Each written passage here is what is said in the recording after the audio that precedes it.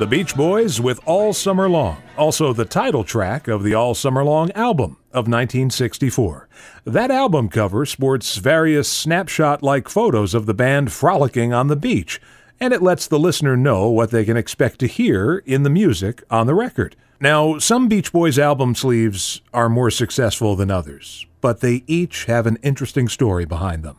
Luckily for us, author Malcolm Searles has spent more than a decade researching the artwork, the stories, the packaging, the presentation of every single Beach Boys album, and his 3-volume set called Back Through the Opera Glass, the Beach Boys Album Sleeve Project, is the best and most exhaustively researched reference material on the group's album covers out there. Except it's not quite a series of books. Not yet, anyway. All 3 volumes are available as 3 PDF files, and the best part is, it's free. You can get them on the Beach Boys The Album Sleeves Facebook page. Malcolm, welcome to the show, and what led to your decision to offer all of this hard work free to the fans? Simply because I wanted to get it out there. I'd originally conceived this back in 2003 when I had a small website available on it, but the cost of websites, keeping it updated every year, it just kind of drifted away over the years. And then, year before last, there was an inquiry on one of the Facebook pages about whatever happened to that album covers project. And I kind of thought to myself, maybe there's still a little bit of interest in it. So I revised it. I jazzed it up a little bit, a bit more glossy colour. I'd love to think of it as going into print. I mean, I have had a book published before. I'm a published author, albeit not on the Beach Boys. But it's really a case of I wanted the people to see it, to read it. I'm not in it for the money. I'm in it for sharing the information. I think that's what it comes down to. I think it's fair to say that the album sleeve, as an extension of the overall artistic statement a band was trying to make, didn't really come of age until the mid to late 60s. But prior to that, record companies like Capitol Records had their own art departments handle these matters, and for the most part, they did an incredible job. I mean, is there anything more iconic than the cover of the first Beach Boys album, Surfin' Safari, where the band are pictured in a yellow pickup truck and holding surfboards checking out the waves on the beach at Paradise Cove? I mean, that album sleeve tells you all you need to know about that record. I'd agree 100% with you. From my perspective, it was the Surfin' USA album that did it for me. When I was a little English kid back in the 70s when I first discovered them, landlocked, and knew nothing about what this Californian group was singing about. And then I saw the Surfin' USA album cover, and there was this guy balanced on top of this huge wall of water that meant nothing to me at the time, and I was fascinated by it. And that was what started me off on this project back in 2003. After looking at that image for 30-odd years, I wanted to know who that guy was. I wanted to know more about it. So, yeah, I agree 100% with you that Capitol certainly wanted to promote the band in the best way they could. But as we know, for heaven knows how many years, they were still saying the #1 surfing group in the country. Yes. When they were putting stuff out, like the Today album, the Summer Days album, they'd gone beyond surfing. So Capitol never quite got it right, in my opinion. Well, I'm going to put you on the spot here and ask you to pick out 3 album covers that stand out for you. Well, to start off with, as I said already, Surfin' USA. Yeah. The guy on top of this huge wall of water. I tracked him down. Sadly to say, he's no longer with us. But when I tracked him down in 2003, his name was Leslie Williams. He was an established surfer from the late 50s. John Severson had taken that photograph 3 years previously in 1960, and it languished in the vaults for quite a while. And then Capitol asked for a cover to represent this new album they were putting out. And just to uncover that from a story, I found it fascinating. I was talking to the guy, learning about the lifestyle that he led. So Surfin' USA means an awful lot to me to start the whole journey off. We're talking to author Malcolm Searles. His incredible series of books on the Beach Boys album sleeves is available now for free on his The Beach Boys The Album Sleeves Facebook page. Malcolm, the research here is just phenomenal. I mean, it reminds me of Bruce Spizer's books on the Beatles at Capitol Records, and we talked about the Capitol Art Department before. It seems like you had a chance to talk to nearly everyone. Yeah, a whole host of people, some no longer with us. I spoke to Ed Thrasher, who was a legendary art designer from Capitol and from Warner's, a who's who in art direction, if you like. He worked with so many people.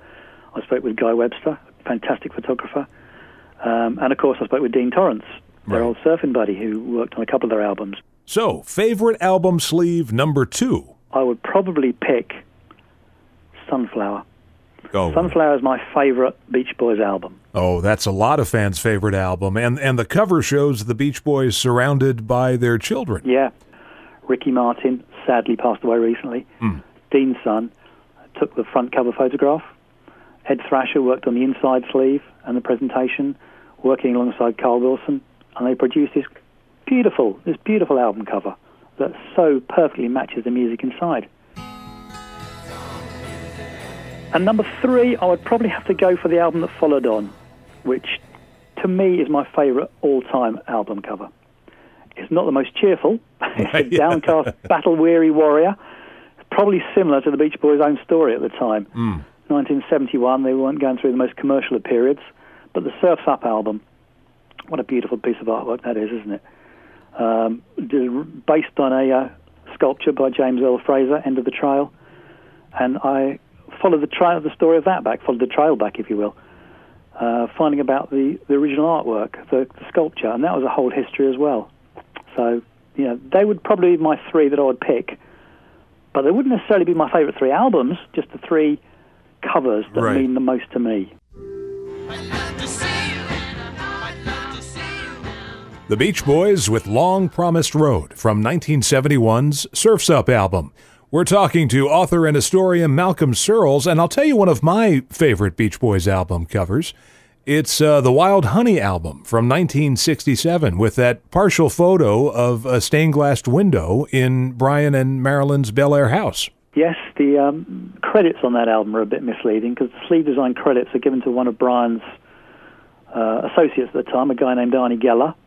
But the actual design work was undertaken by the Capitol in-house designer, John Van Hammersveld, a guy who created that iconic Endless Summer movie poster. Right. And he actually took the Wild Honey sleeve and designed it. It's a beautiful stained glass window, what we have seen of it. Yes. I don't think anybody other than the close family and very few lucky people have actually seen the window itself. I understand Marilyn keeps it in storage these days. But yes, I agree with you. It's a lovely cover. And likewise, the Friends album, which followed on. I'm very keen on that one as well. Yeah. Marilyn could put that window on tour, and I think enough Beach Boys fans would... I think you're quite possibly right. Just to touch it as a holy relic. The title track from 1967's Wild Honey album. Our guest today on our Beach Boys Bash is author Malcolm Searles. You can download his books for free as PDF files on the Beach Boys Album Sleeves Facebook page. Malcolm, as wonderful as the album covers we've mentioned are, there have been a few head-scratchers over the years. I'm thinking specifically about 1973's Beach Boys in Concert album that features on its sleeve a saturated photo of Dennis by himself wielding a mic stand like a phallus. That's a strange one, isn't it? Yeah. I mean, it was taken by a guy called Ed Karaef, who'd taken a whole host of photographs over the years of all kinds of famous musicians. He photographed that famous photograph of Hendrix at Monterey with a flame burning up out of his guitar. He followed the band around for a few shows during that era, took some photographs, and it is a strange choice, particularly, as you say, it's just got Dennis, and ironically, Dennis doesn't really appear on the album. Right. But if you're going to talk about albums that perhaps the public has a big question mark over, we have to mention, don't we? We have to mention Pet Sounds. Oh, sure. What is the thinking behind that sleeve? I love the album. They've created an absolute masterpiece in 1966. And some people love it, but some people just cannot see the reasoning behind it. What was the thought process behind it? The petting zoo? Well, I guess it was someone at Capitol's idea of a joke, Pet Sounds, petting zoo. Maybe so, but I would have thought by then, with Brian putting his heart and soul into this music, and the Beatles coming out with covers like Rubber Soul. Right. I would have thought by now, the Byrds were coming up with some pretty good sleeve designs at that stage. I would have thought somebody in the band would have said, hang on a minute, let's think about our presentation here as well.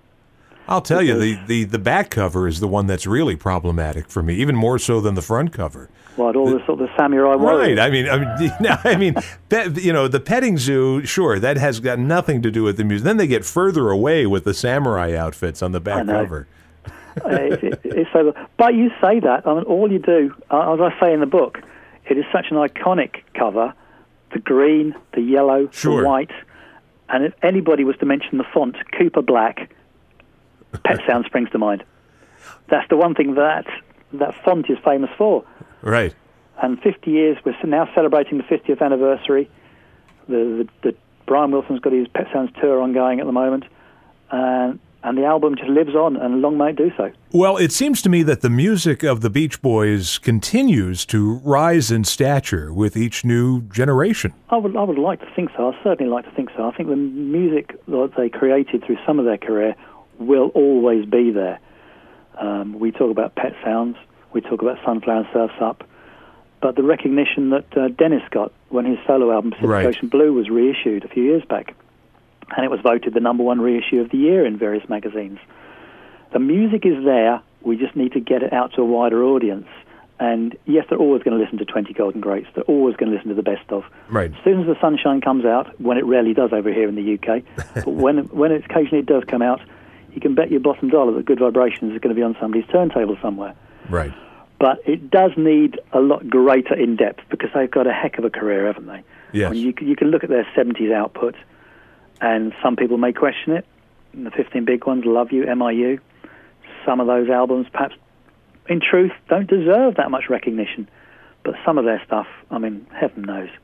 They've made some magical stuff, and I was so pleased in 2012 when they got back together and they created what I consider to be a great album. That's why God made the radio. So, once again, where can people get, I should give it the full title, Back Through the Opera Glass, the Beach Boys Album Sleeves Project? Well, it's a 470-page project, and it's available by Facebook, www.facebook.com/Beach Boys Album Sleeves, all one long word, Beach Boys Album Sleeves. Failing that, if they can just get onto it via friends and get in touch with me, send me via a message, I'll quite happily send them a link. Hopefully sometime in the future it'll come out in published form, but in the meantime, I'm happy for it just to be out there and people appreciating what was created for us fortunate fans. All right, Malcolm, thanks so much for being on the show, and you have a great rest of your day. All right, then. Take care. Bye-bye.